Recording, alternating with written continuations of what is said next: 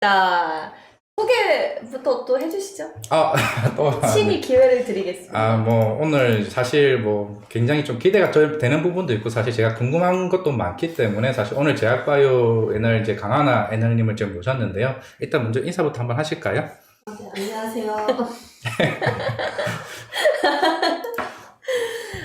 일단 어떤 부분들을 좀 커버리지를 하고 있는지 간단하게 소개 먼저 해주세요. 당연히 제약바이오 산업에서 바이오텍들도 중요하긴 하지만 네. 최근에는 좀 제약사들 위주로 말씀을 많이 드리고 있어요.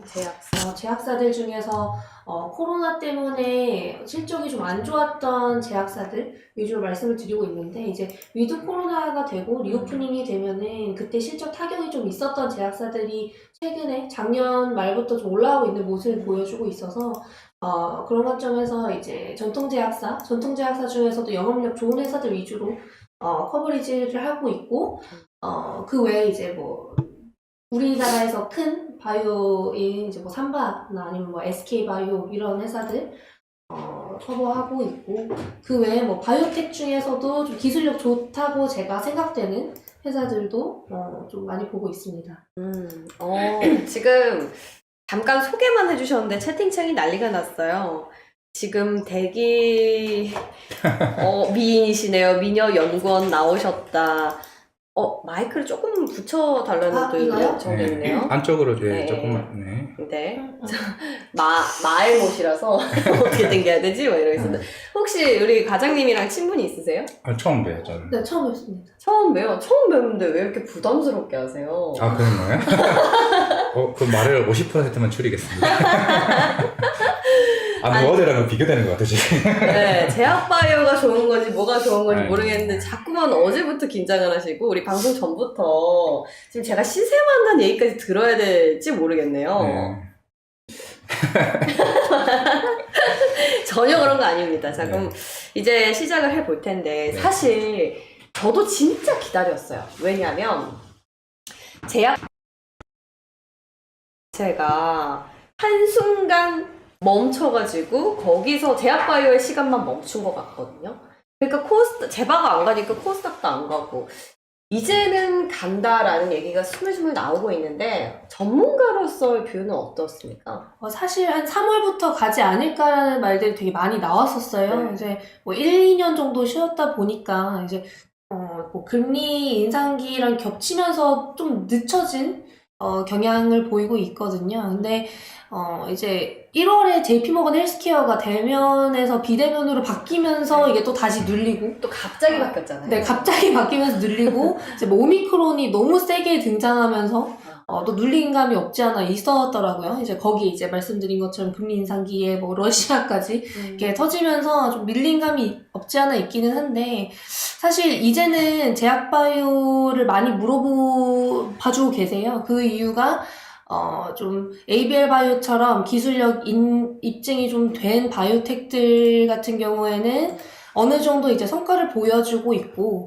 임상 진전이 조금씩 보여주고 있는 바이오텍들이 하나 둘씩 있거든요. 많지는 않아요. 네. 근데 옥석가리가 너무나 많이 필요한 상황인데, 그 중에서 좀 괜찮은 회사들을 많이들 여쭤봐 주시고, 제약사 같은 경우는 말씀드린 것처럼 좀 실적이 좋아질 가능성이 크고, 거기에 이제 플러스 알파로 코로나 관련된 것들이 있을 때는 좀 더 관심을 많이 주시더라고요. 왜냐면 이제 지금 큐가 너무 많이 늘어나고 있다 보니까 코로나가 아무리 위드 코로나가 돼도 관련된 뭐 치료제를 갖고 있는 기업이라든지 진단키트도 그렇고. 네, 진단키트 회사들이라든지 다 실적이 너무 좋아질 수밖에 없거든요. 아무리 위드 코로나라도. 그래서 그런 관점으로 봤을 때 좀 실적 괜찮은 회사들도 보고 있고, 네, 뭐 그런 관점으로 했을 때 그래도 4월에 아까 말씀해주신 뭐 암학회 대면으로 2년 만에 이제 바이오 학회 진행되면서 네. 그런 모멘텀까지 더해지고 있어서 조금씩 다시 보는 게 아닌가. 그런데 좀 한정적으로 보시는 경향이 또 있으세요? 좀 네. 아는 것만 보려고 하시고. 왜냐면 어렵잖아요, 제약바이오가. 그리고 이제 좀 결과 보여주는 회사들만 보고 싶은 게 있어서 좀 걱정 반? 좀 이제 기대 반 하고 계시는 것 사실 같습니다. 저 같은 경우는 사실 지금 제약바이오를 어떻게 보면 나눠지는 게 사실 코로나 이제 와. 진단 키트도 있을 거고 그리고 코로나 이제 치료제나 이제 백신 관련 백신. 이슈 있지만은 저 같은 경우는 이제 사실 이건 좀 한켠에 좀 두고 있는 사실 진단 키트도 어떻게 보면은 이제 피크업 이제 이후에 실적이 더 좋아질 가능성은 조금은 물음표죠. 네. 그래서 저는 이제 어떻게 보면 기존 이제 전통 제약바이오라고 하는 면역 항암제나 이쪽에 좀 관심을 두고 있는 편이거든요. 네. 맞아. 그럼 연구원님도 좀 그렇게 계속 생각하고 네, 저는 사실 원래 바이오텍을 훨씬 좋아했었어요. 바이오텍이요? 네, 바이오텍이 이제 신약 개발하고 면역 항암제 만들고 뭐 항암제 쪽 투자하면서 뭐 최근에는 이제 RNA 쪽 투자 많이 하고 파이프라인 많이 갖고 있는 게 이제 바이오텍. 네. 그리고 이제 제약사들은 이제 제약회사를 네. 뜻하고요. 근데 이제 바이오텍을 제가 더 좋아했던 게 기술적으로 이제 분석을 했을 때 이제 논문도 나오고 어차피 학회에서 데이터를 보면은 글로벌 피어들이랑 어차피 비교가 돼요. 근데 이제 어느 정도 이게 데이터가 좋다라고 하면 좋은 딜이 나올 가능성이 커지고 좋은 딜이 나오면 그게 보통 주가에 반영이 되잖아요. 최근에는 반영이 잘 안 되고 있기는 합니다. 근데 이제 그건 섹터의 문제인 거고 좋은 회사는 저는 결국에는 간다라는 관점을 보고 있기 때문에 우리나라가 좀 한계가 있잖아요. 그러니까 네. 이제 글로벌 바이오 트렌드에 따라가면 어쨌든 우리도 따라가고 좋은 딜 나오면 그것도 이제 가게 되니까 그런 관점으로 보시면 좋을 것 같고 그래서 이제 네. 항암제 말씀하시는 것 같습니다. 사실 다른 기업들 같은 경우에는 좋은 회사다 이러면 실적 베이스, 펀더멘털 기업이잖아요. 근데 제바는 꿈의 또 종목 아니겠습니까? 그래서 드림주라는 얘기를 말씀을 많이 하시는데 그럼 연구원님 보셨을 때 좋은 회사, 좋은 제약바이오 기업이다라고 하면은 뭘 말씀하시는 거예요? 뭐 파이프라인을 말씀하시는 건지? 일단 네. 파이프라인을 봤을 때 데이터가 좋은 회사들이 사실은 최고죠. 근데 이제 데이터를 보기가 어려우니까. 데이터를 하면 뭐 임상 1, 2, 3, 4 뭐 어디까지 진행이 되는지 요거 네, 말씀해 주세요. 임상 데이터를 말씀드리고 있는 거고 네. 사실 그 중에서도 파이프라인 중에서 적응증이 되게 중요하잖아요. 이제 적응증이 왜 중요하냐? 이제 이미 나와 있는 약들 같은 경우는 그 약들이랑 비교했을 때 그 같은 적응증을 타겟하는 약들이랑 비교를 했을 때 효과가 훨씬 뛰어나야만 이제 승인이 날 거 아니에요. 맞아요. 예를 들면 타이레놀도 그렇잖아요. 똑같은 성분으로 돼 있는 약이 많은데 거의 독점적으로 이제 네네. 판매가 되는 것처럼 그런 거 말씀하시는 그런 거죠? 것도 있고 네. 이제 그런 게 아니라면 뭐 좀 꿈의 항암제라고 불리는 카티 같은 경우는 진짜 오랜만에 듣네요. 네, 뭐 카티. 뭐 약간 3억 이런잖아요. 근데 뭐 사실 이게 시장이 그렇게 크지 않고 이게 혈액암 쪽에만 완전 간해가 나오는 거라서 실제로 이제 카티에 대한 투자랑 관심은 되게 많은데 사람들이 생각하는 것만큼 면역항암제만큼 많이 팔리진 않아요. 면역항암제라 하면 뭐 옵디보나 키투루다 같은 항암제를 말씀드리는 건데 그래서 이제 그런 관점으로 봤을 때 좀 그래도 희귀약품이라든지 아니면은 좀 신규 모달리티를 이용한 그런 파이프라인들이 더 승인율도 높고 성공률도 높거든요. 그래서 지금 mRNA를 많이 하는 게 이게 되게 단시간에 승인을 받았잖아요. 네. 2020년도에 처음 상용화 됐는데 그때 뭐 임상 들어가고 너무 빠르게 승인됐다 보니까 mRNA는 좀 상업화가 앞으로도 다른 파이프라인들 대비 빨라지지 않을까라는 생각을 갖고 있어서 투자를 더 많이 하는 것도 있고, 뭐 RNAi 같은 거는 2018년도에 처음 상용화 됐는데, RNAi가 다른 파이프라인들 대비 임상 승인률 한 3배 정도 높거든요. 네. 그렇기 때문에 이제 그런 승인율과 성공률이 높은 것들 위주로도 오히려 보시는 분들 많은 것 같고, 그래서 이제 저는 뭐 바이오텍 중에서 임상 성공률 높은 거나 네. 아니면은 여태까지 나온 데이터를 기반으로 했을 때 피어보다 좋은 거 그리고 당연히 논문이랑 학회 데이터를 보고요. 그래서 학회에서 이제 데이터 보고 이제 주가에 반영하는 경우가 많아서 그런 것도 같이 보고 있습니다. 제가 그 기준이 여쭤봤던 게 우리 보시는 시청자분들께서 뭐 성공률이라든지 이런 걸 좀 체크할 수 있을까 하고 여쭤본 건데 그건 좀 분석이 어렵겠네요. 이게 그죠. 사실 연구하시는 분들도 당연히 될 줄 알고 연구를 하시는 건데 이게 실패가 너무 많이 나오잖아요. 네.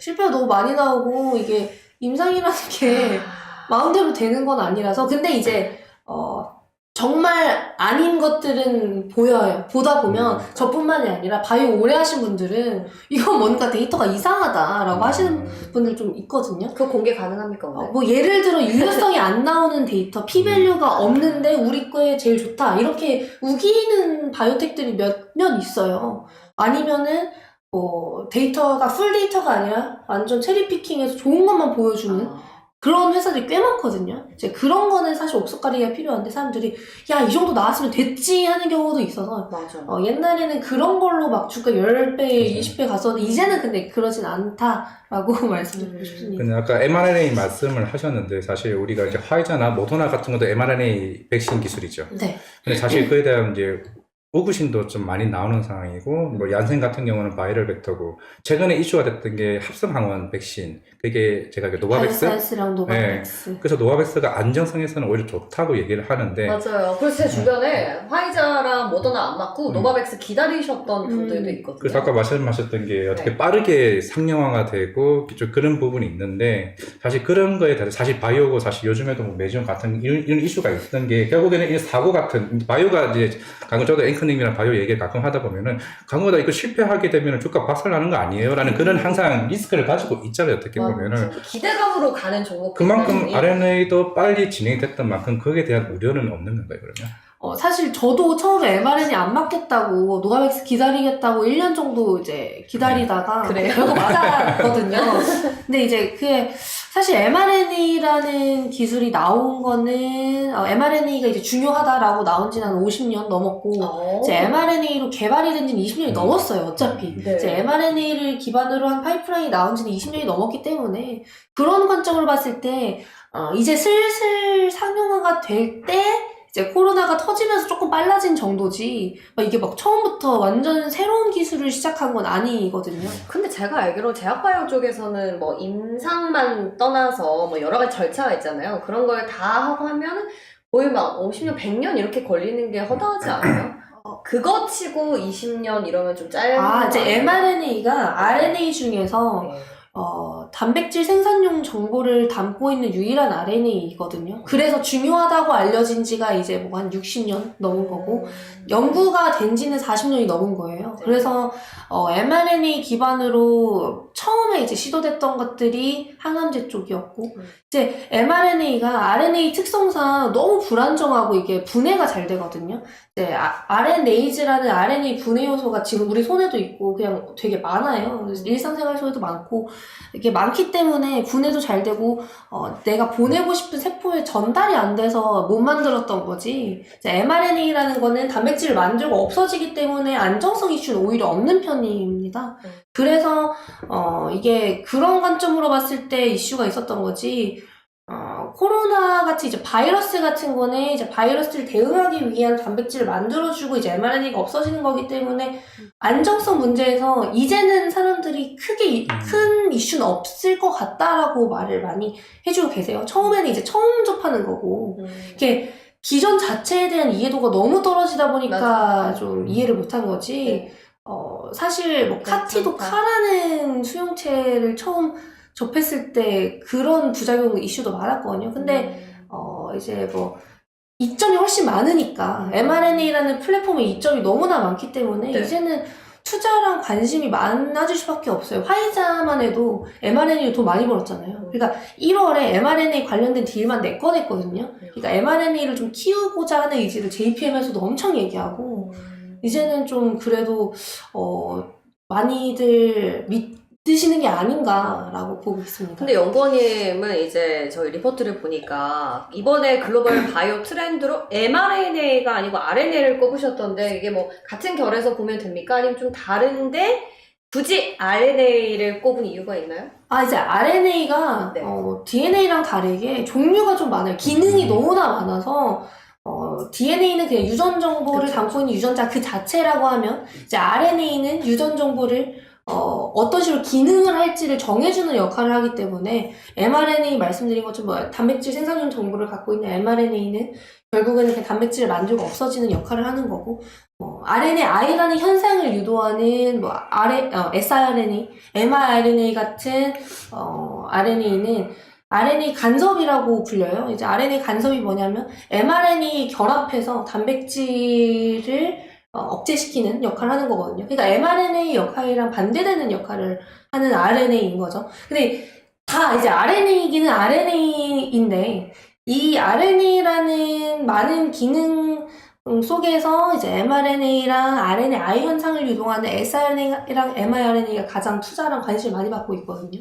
근데 말씀드렸다시피 글로벌 바이오 트렌드가 결국에는 우리나라 트렌드에 영향을 되게 크게 그쵸. 미치기 때문에 네. 우리나라도 최근에 mRNA 쪽으로 투자랑 관심이 많이 일어나고 있어요. 근데 이게 아무래도 글로벌 쪽으로 봐도 RNA가 신규 모달리티잖아요. 그러니까 빅파마들한테도 좀 신기술인데 우리나라는 지금 더 심한 상황이에요. 그러니까 그렇죠. 대부분 초기 임상 경우가 많고 이제야 좀 시작하는 경우가 많기 때문에 이제 트렌드를 이제 따라가려면 어쨌든 우리도 봐야 되기는 하니 같이 보자는 취지로 이제 작성한 자료입니다. 거기서 우리나라 중에서는 수혜가 ST팜인가요? 아이신인가요? ST팜이 그래도 RNAi를 이제 만들 때 필요한 원료인 올리고를 생산하는 기업이기 때문에 ST팜도 최근에 수주 계속 늘어나고 있고 네. 이제 RNAi도 2018년도에 상용화 됐다 보니 신규 모달리티잖아요. 그렇기 때문에 대부분 초기 임상이 있고 이제서야 좀 후기 임상이 들어가는 파이프라인들이 많아지면서 상용화가 이제 그래도 연 두세 건씩 되고 있거든요. 이렇게 상용화가 돼야 수주가 늘어나고 ST팜의 실적도 같이 좋아지겠죠. 그래서 뭐 그런 관점으로는 ST팜도 중장기적으로 괜찮다고 보고 있고 네. 여기에 이제 덧붙여서 뭐 삼바가 mRNA 수주도 받고 있잖아요. 이제 뭐 모더나 수주를 받고 있는 뭐 삼바밖에 없고 그런 관점으로 삼바도 mRNA 투자를 최근에 많이 하려고 하고 있어서 유전자 쪽 투자를 많이 하는 모습을 보이고 있기 때문에 삼바도 좋게 보고 있고 거기에 이제 뭐 IG는 조금 다른 게 글로벌 트렌드가 이제 siRNA 트렌드는 이제 갈락이라는 물질을 siRNA에 붙였을 때 이제 갈락이라는 물질을 통해서 siRNA가 간 쪽으로 전달이 잘 되는 역할을 하거든요. 그래서 그 플랫폼이 트렌드예요. 그게 제일 이제 많이 상용화됐고 가장 많이 쓰이는데 IG는 이제 뭐 mRNA 관점을 봤을 때도 이제 mRNA도 트렌드가 LNP를 이용하는 건데 IG는 이제 리포솜을 이용하거든요. 그럼 그 관련 기업은 어떤 게 있어요? 리포솜은 좀 아웃데이티드 된 거여서 네. 이제 아이진을 저는 이제 안 보고 있고 당연히 좋은 회사지만 저는 안 보고 있고 이제 LNP를 개발하고 있는 게 이제 ST팜이기는 해요. 이제 LNP를 개발하고 있고 네. mRNA 플랫폼의 가장 중요한 기술 중 하나인 캐핑을 이제 만들고 있는 게 ST팜이 우리나라에선 유일해서 네. 그런 관점으로 네. ST팜도 좋게 보고 있습니다. 결국 이제 RNA라는 키워드가 중요한 것 같고 그 안에서 이제 뭐로 가든 어디로 가든 ST팜이 나왔습니다. 근데 사실 뭐 mRNA가 지금은 백신 때문에 많이 알려져 있지만 뭐 RNA를 뭔가 어떤 활용을 하는 뭐 RNAi도 있고 뭐 말씀하신 게 여러 개 많잖아요. 근데 너무 깊게 들어가면 사실 어려워요. 맞아요. 저희는 이제 막 그런 그림도 보면서 좀 설명을 듣고 싶고 한데 그런 제약 때문에 일단 우리 애널리스트께서는 RNA를 키워드로 보고 있다는 점 정도로 정리를 해볼게요. 그래서 좀 궁금한 게 하나 있어요. 사실 조금 이제 어떻게 보면은 시청자 입장에서는 좀 제약바이오 하도 어렵게 생각을 하니까. 왜냐면 우리 지금 다 듣고 계시고 출근길에 사실 저도 아까 제약바이오를 좋아했고 사실 제가 15년도에 법인연구를 했었거든요. 그때 사실 분위기가 어떤 상황이었냐면은 이제 기간 세미나도 다니시겠지만은 제가 그때 고환상 애널이 그때 어떻게 여의도에서 핫 데뷔를 했던 시기여서 그 친구를 다녔는데 그때 기간의 분위기가 어떠냐면은 이제 나이 드시면 본부장급 되는 매니저들 이런 사람들은 그러니까 바이오를 얘기하면은 겁이 나서 투자를 안 하는 거예요. 그러니까 모르니까 정말 모르니까 이거 대해서 그러니까 젊은 30대에 대한 실무 있는 매니저 위주로 그 당시에는 투자를 많이 했던 분위기인데 네. 이제 요즘에 최근에 이제 세미나를 다니시니까 요즘 기관 분위기들은 어떤가? 사실 제약바이오 같은 경우는 워낙 기관 수급이나 사모펀드 수급도 굉장히 중요하다 보니까 그러니까 분위기가 어떤지 좀 요즘 좀 궁금하더라고요. 요즘 그래도 많이들 물어보시고 세미나도 많이 다니고 있기는 합니다. 그런데 이제 말씀드렸다시피 금리 인상기고 러시아도 이제 새로 코로나도 위드 코로나지만 Q가 늘어나고 있는 상황이니 그런 수혜 관점으로 저는 많이 보고 있어서 제약사를 더 많이 추천드리고 있기는 해요. 제약사 중에서 제가 커버하고 있는 중해제약 그리고 대원제약 이렇게 말씀을 많이 드리는데 뭐 포인트가 쉬워요. 대원제약은 이제 호흡기계 영업력 1위이기 때문에 호흡기계 쪽 매출 타격이 컸었어요. 왜냐면 다 마스크 쓰니까 아무도 감기 안 걸리고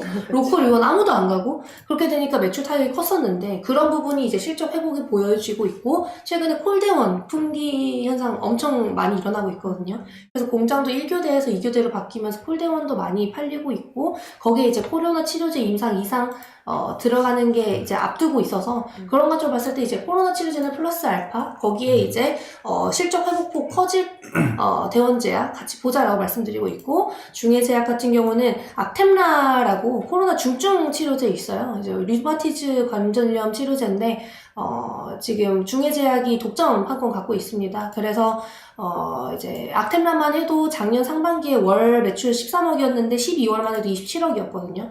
이제 큐가 너무 늘어나다 보니까 1, 2월도 뭐 한 25억 정도 나오고 3월도 한 30억 정도 나올 것 같아요. 그래서 거기 이제 코로나 치료제 악템라의 매출 회복도 보이는데 이제 실적이 매우 좋아지고 있어서 뭐 전문의약품뿐만 아니라 뭐 수액제도 리오프닝 관점으로 많이 오르고 있기 때문에 지금 실적이 확 좋아지는 그 두 가지 제약사들 말씀드리고 있고 거기에 이제 바이오텍은 이제 4월에 대면 학회가 있다 보니 그 중에서 좀 상대적으로 밸류에이션 싼 기업들 보시면 좋지 않나. 그러니까 뭐 5천억 이상의 그런 회사들보다는 초기 임상 데이터로 효과를 보려면 좀 스몰캡이어야 되거든요. 그래서 그런 관점으로 초기 임상 데이터 괜찮을 것 같거나 이제 좀 뭐 마케팅 관점으로 이번 대면 학회 참가하는 바이오텍 정도는 괜찮다고 말씀드리고 있습니다. 그러니까 이번에 연구원님이 리포트를 낸 종목들 중에서 이번에 아마케에 나가는 종목들이 네오이문텍, 에이빌 바이오, 에이빌 바이오도 있고 또 추가로 뭐 있나요? 또 이제? 최근에 뭐 보로모이가 뭐 예심 이제 수요 예측 때 약간 문제가 있어서 그러긴 한데 어쨌든 다시 이제 신청할 거니까 이제 뭐 보로노이도 이번에 참가를 하고 보로노이 맞아. 그 외에 뭐 미팅한 회사들은 되게 많은데 이제 뭐 다 보고는 있습니다. 사실 어떻게 보면 이제 4월 15일로 제가 기억을 하고 있는데 이제 사실 JP모건 헬스케어도 끝나고 났을 때 그 당시 ABA 바이오가 기술 이전 계약을 시행을 했고 어떻게 보면 라이센스 아웃이 시행되는 이제 두 가지 방식이 학회와 아니면은 사실 그 전에 이제 물질을 이전해서 해가지고 테스트를 하고 그 다음에 학회에서 발표를 하면 보통 일반적으로 그렇게 나오는 거죠. 이게 기술 이전 계약이 나오는 확률이. 보통 기술 이전 계약이 사인까지 되려면 당연히 만나야겠죠. 이게 뭐 작은 단위가 아니라 당연히 만나거나 이제 대면을 해서 이제 얘기를 하고 데이터 보여주고 이렇게 하는데 그게 보통 1, 2년 정도가 걸려요. 이게 중간 단계에서 데이터 백업도 해줘야 되고 만약에 너 원숭이 데이터까지 필요하니까 그것까지 주면은 그거 마음에 들면 해줄게 뭐 이런 식이기 때문에 ABL 바이오도 마지막에 이제 계약을 한 게 제가 알기로는 원숭이 데이터에서 만족을 하고 이제 계속해서 추가적으로 데이터를 업데이트 해주신 걸로 알고 있어요. 그 정도로 데이터 업데이트가 오랫동안 필요하기 때문에 뭐 학회 가자마자 딜이 나올 거야 이거는 조금 힘들 거라고 보고 있고 이제 그때 좀 안면을 트고 차후 이제 가능성이 많이 높아질 수 있는 그런 곳이다라고 보시면 될 것 같습니다. 네. 또 질문 있으세요?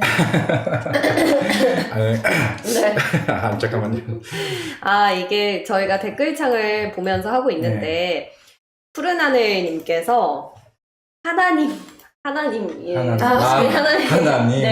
가 지셔스가 아니고 하나님 제약바이오 시동 거는 시점을 좀 알려주시라고 댓글을 남겨주셔서 최근에 이제 제약바이오가 물론 시기상으로 이제 코스닥에 가야 되니까 제약바이오가 주목을 받는 것도 있고 아마케 이슈도 있을 거고 여기에 정치권에서 또 윤 당선인이 어떤 제약바이오 혁신위원회 설치를 공포를 한 바가 있잖아요. 네. 그것도 그렇고 뭐 늘상 있었던 2년 동안 지금 우리가 갖고 있는 코로나도 있고 요 가운데서 우리 애널께서 보시는 제약바이오가 이제 트인다 하는 가장 강력한 모멘텀이 될 수 있는 게 뭐가 있을까요? 시점이라든지. 가장 강력한 모멘텀은 사실 원래는 되게 큰 라이선싱 딜이 나오면 그 다음부터 기대감이 이제 다른 파이프라인들까지 커지면서 이제 같이 가는 경향을 많이 보였었거든요. 네. 아니면 이제 우리나라의 빅바이오들이 잘 가면 이제 따라가는 경향이 보였었는데 이제는 좀 종목장 경향이 강해지고 맞아요. 있기 사실 때문에 그거는 코로나 전에는 네. 진짜 그랬었는데 이제 이슈. 좀 네, 종목장 경향이 너무나 강해지고 있어서 네. 이제는 진짜 뭐 글로벌 빅파마들이 뭐 유전자 가위 회사에서 뭐 좋은 이슈가 나왔다. 그럼 이제 우리나라 유전자 가위 회사에 뭐 툴젠이 가고 툴젠. 이런 식으로 진행이 되고 있어요. 그래서 이제는 사실 아예 전체적으로 보려면 뭐 어쨌든 윤석열 단서님께서 이제 제약바이오 공약 중에서 연구개발비 2배 확대한다고 한 것도 사실은 큰 거거든요. 이게 뭐 5조 이상이기 때문에 우리나라에서 가장 큰 문제점으로 뽑히는 것 중 하나가 연구개발비 부족이에요. 그러면 맞아요. 임상 진전도 안 되고 밀리고 특히 코로나 때 좀 많이 부각이 됐었죠. 네. 문제점들이. 이게 너무 부각이 많이 됐어서 더 지지부진했었던 것도 있거든요. 그래서 일단 연구개발비 지원 확대가 되는 것도 저는 어느 정도 플러스 요인이라고 보고 있고 그 외에 이제 뭐 디지털 헬스케어 쪽 되게 언급을 많이 해주시는 게 있는데 디지털 헬스케어라 하면은 뭐 원격 의료도 있는데 뭐 그 외에 뭐 정밀 의료를 위한 뭐 검사 아니면은 뭐 진단 이쪽이 되게 많아요. 그래서 이 부분 쪽도 다들 이제 많이들 보고 계시는 것 같고 거기에 이제 뭐 희귀 질환이나 항암제 쪽에서 신속 등재도 나왔었기 때문에 그런 부분이 좀 부각이 되면 그래도 플러스는 조금은 될 거라고 보고 있고 거기에 이제 말씀드린 것처럼 임상이 그래도 좀 확실하게 나와주고 이제 딜이 조금씩 나와지면서 뭐 학회에서 좀 유의미한 결과가 도출이 되면은 좀 가줄 수 있지 않을까. 저는 그래도 중순 전에는 가능하다고 보고 있거든요. 4월이요? 뭐 4월에서 6월 사이. 왜냐면 6월에 이제 아스코가 또 있다 보니까 그게 좀 대면으로 있으면은 훨씬 더 좋을 것 같고. 그게 지금 4월 아마케보다 훨씬 중요한 아스코에서 아마 조금 더 유의미한 데이터들이 많이 나올 것 같아서 그렇게 보고 있습니다. 사실 제약바이오에 대한 리스크가 제일 큰 게 어떻게 보면 이제 대형사들이야 뭐 돈을 어느 정도 벌고는 있겠지만은 중소형사 같은 경우는 사실 그 중에서 ABL 바이오 같은 경우는 사실 기술 이전까지는 사실 매출도 거의 없었고 사실 뭐 R&D 비용이라고 얘기는 하지만 작년까지 제가 알기로 현금이 700억 정도밖에 없었다고 들었거든요. 그런데 연구개발이 1년에 600억이 들어요. 사실 저는 이게 올해 만약에 기술 이전이 안 됐으면 결국에 바이오의 리스크가 유상증자잖아요. 결국에는. 사실 그런 부분들이 항상 제가 제일 조심스러워하는 부분이기도 하고 그런 이슈가 있는데 이제 뭐 연구원님께서는 사실 뭐 이러저러 이제 리포트를 내긴 하셨지만 그런 중소형주 딸의 그런 리스크가 이제는 옛날보다는 좀 덜한 건가요, 그러면? 어떻게 봐야 되나요? 덜하다고는 보고 있지 않고요. 네. 근데 이제 저도 이제 유상증자 많이 하고 좀 그런 회사들은 피하려고 하는 편이기는 합니다. 그런데 그런 관점으로 보는 것보다 만약에 이제 데이터가 너무 좋고 딜이나 뭐 정말 큰 미국 뭐 사모펀드에서 투자를 받았다든지 아니면은 뭐 그런 뭐 이게 유증을 하든지 아니면 제3자 배정을 받든지 해도 그 돈이 어디에 쓰이고 이제 이게 연구개발에 투입이 돼서 정말 임상 진전이 제대로 일어나면 상관이 없거든요. 그게 왜냐면 연구개발이 제약바이오 산업의 꽃이잖아요. 부가가치가 가장 높고. 그런데 이제 그게 안 보여지고 좀 임상이 많이 밀리는 회사들 같은 경우는 안 보시는 게 그래도 마음이 편하지 않을까.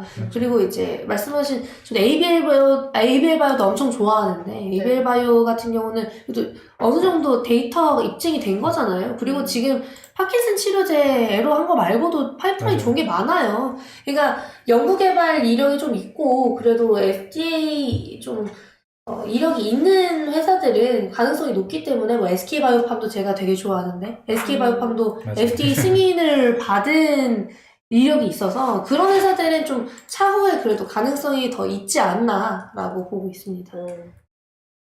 저희가 시간 관계상 이제 더 긴 이야기는 좀 어려울 것 같고 연구원님의 최애 제약바이오 종목 하나 꼽고 할 건데 지금 여러 개 나왔어요. 대원제약, 뭐 중해제약, 네. SK바이오팜, 삼바까지 뭐 하나 조금 최선호주라 꼽을 만한 게 있을까요? 딱 하나요? 네, 하나만 하셔야 돼요. 지금 관점으로. 지금은 성함이 하나라서. 죄송합니다. 좀 제가. 네, 아들 네. 네. 지금 관점으로 딱 봤을 때는